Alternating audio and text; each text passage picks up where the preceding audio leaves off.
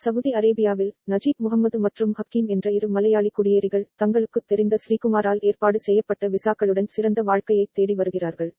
தங்கள் முதலாளியை அறியாமல் விமான நிலையத்தில் சிக்கித் தவிக்கும் ஒரு உள்ளூர் அரேபியரால் அவர்களை அணுகுகிறார். அவர் தனது முதலாளி என்று தவறாக கருதுகிறார்.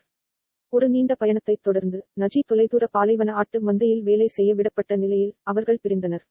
கடுமையான நிலைமைகளையும் தனிமைப்படுத்தலையும் சகித்துக்கொண்டு நஜீப் தனது சொந்த சூழ்நிலையின் ஆபத்தை உணர்ந்து சக ஆடு மேய்க்கும் ஒருவரின் மறைவைக் காண்கிறார்.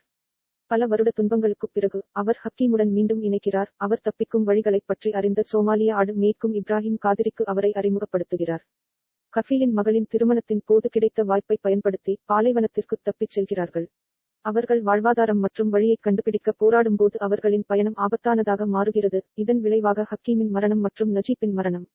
இறுதியில் காதிரியும் காணாமல் போகிறாள். பாலைவனத்தில் தனியாக இருந்த நஜீப் இறுதியில் ஒரு அரேபியரின் உதவியுடன் நாகரீகத்தை அடைந்தார். மேலும் குஞ்சிக்காவிற்கு சொந்தமான உள்ளூர் மலையாளி உணவகத்தை கண்டுபிடித்தார். அவர் மீண்டும் ஆரோக்கியமாக இருக்கிறார்.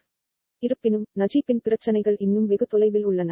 கஃபீலைச் சந்திக்கும் அவரது சொந்த ஆவணச் சிக்கல்கள் காரணமாக அவர் சிறைத் தண்டனையை எதிர்கொள்கிறார். அவர் தனது உத்தியோகபூர்வ ஸ்பான்சர் இல்லாததால் அவரை திரும்பப் பெற முடியாது. இந்த பின்னடைவு இருந்த போதிலும் நஜீப் இறுதியில் வீடு திரும்புகிறார்.